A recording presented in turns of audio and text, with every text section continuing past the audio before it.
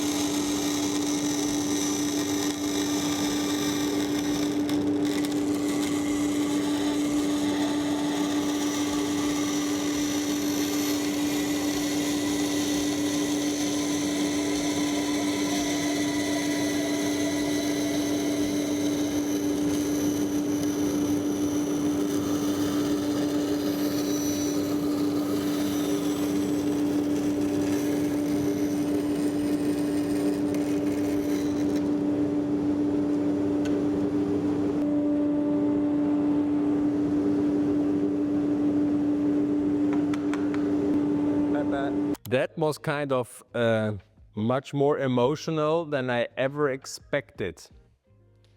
That was even stronger for me than throwing the violin down off the Pope River Bridge, but I somehow made it.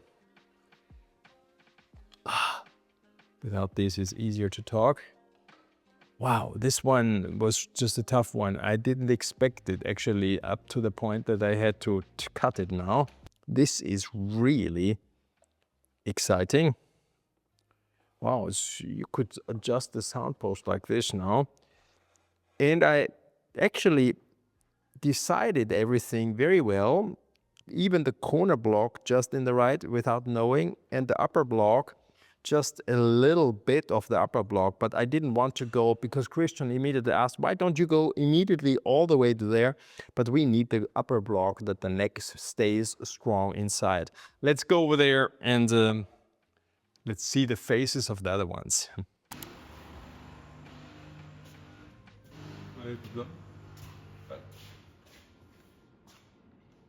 Perfetto. Ja, quanto sia spesso? Ah no. Bella la catena. Vero? Vediamo. Stefano!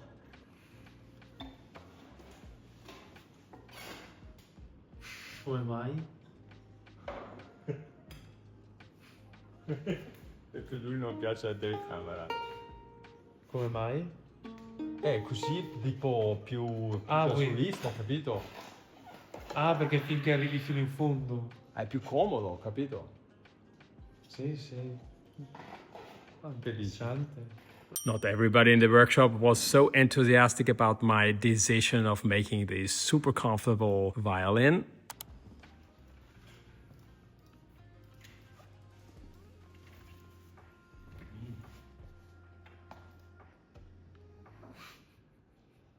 Ma è venuta bene, no? Stefano ha subito messo la mano. Si ha detto si può mettere la mano? La tua mano ci sta. E così stai attenta. Riesci a mettere a posto? Hai toccato l'anima. Sposo l'anima dove? È interessante, no? Con il ricciolo e tutto l'anima. Bellissimo. Don't do things like this with your instrument. You would destroy a handmade instrument. This is just a lousy factory instrument and we just have fun to increase our knowledge about this kind of instrument. But please don't ever do something like this on your instrument, okay? Thanks. This is now here the Edgar Caster, no, how would you call it? Anyhow, we cut this away, that was fun, but then I had to file it a little bit to clean it up nicely, properly, in order that we find a nice rib. Too narrow was not good because it's high, too high, so I couldn't use this one. So then I found a larger piece, which was the right thickness, and then I bent it like this. There are even some flames, so these will be the only flames of the whole violin. And then, great idea from Min, use the part you cut away as a part which you press into position. And I thought we do it very unprofessional, but we do it like this. Now we put some water and some more hot glue on it. It should... Now it is too late for... No.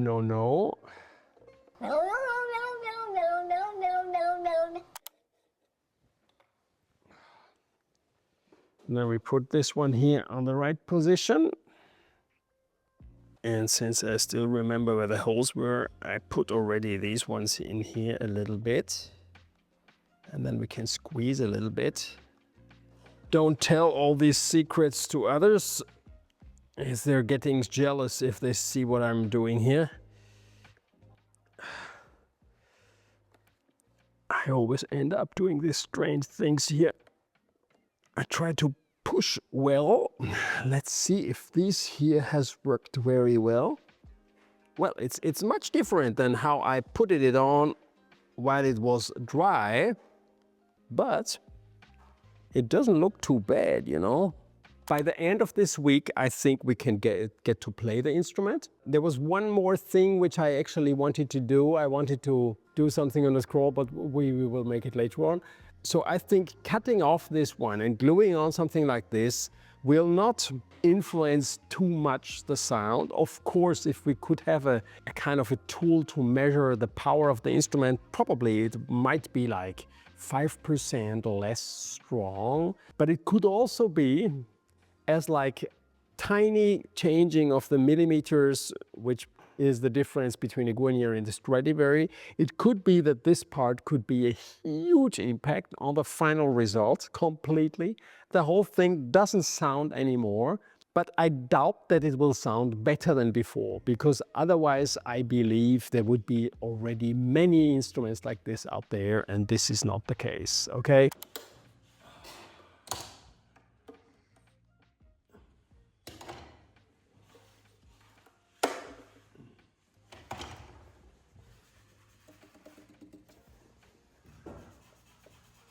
Oh.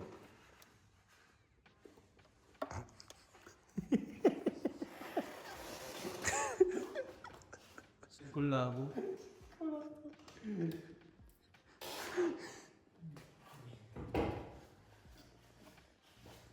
Che niente, ho avuto il pesto.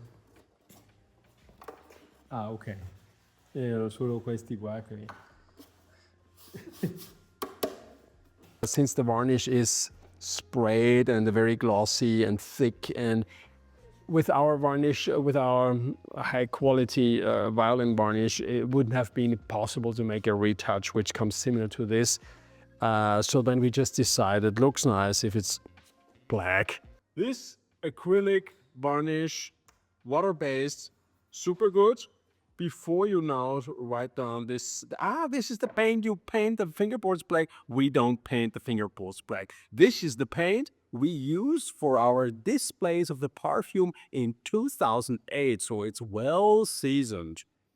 Maybe you were even born in 2008?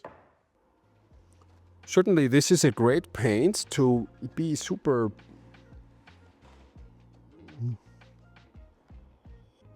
covering in one layer. I didn't expect that. And even so, it's you know, a lousy violin. I somehow want to do it nice. It will never turn out really beautiful, but that's okay. But interesting. Come on, a quick view like this looks already pretty. It looks a little bit like a bad dream, especially with these two strings. It's like with one teeth, you know. It's better than expected. Maybe we could also get this upper nut here black now, a little bit like this, and when it's dry then I swap over the strings and I do the other part. But who knows, maybe it sounds great and then it qualifies even for a better fingerboard. That would be fun. If you're curious how our instruments made in this workshop are sounding, go on the web page, take your time, look at the instruments, scroll down, watch them, turn them, listen to them while they are played, and you will be surprised what high quality we have. When we ship instruments, people are surprised that the instruments, when they get them, sound even better than expected. So first fall in love online, then get your instrument shipped directly to your home, and you will be surprised. The great instrument for you to grade up into a next level.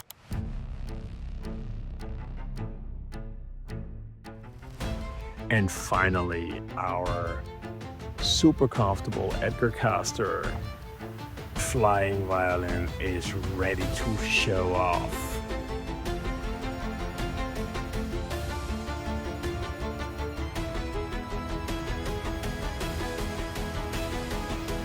And will make its own path into the future of violin evolution.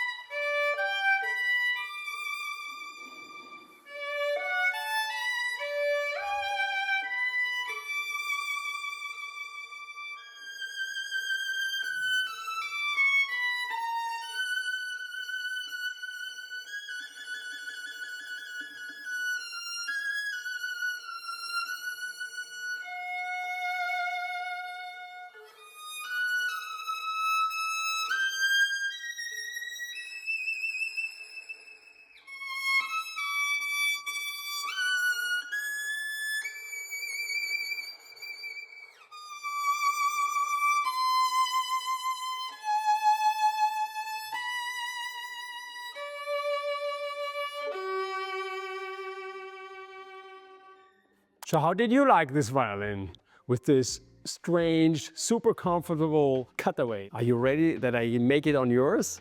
Leave your comment below, I'm curious. And I have already the next idea what we can do with this great violin in order to give it a little bit more power to its sound. A very interesting trick, interesting for all of you, musicians, violin makers, competitors. Stay tuned and watch out. See you next time and thanks for subscribing. Bye bye.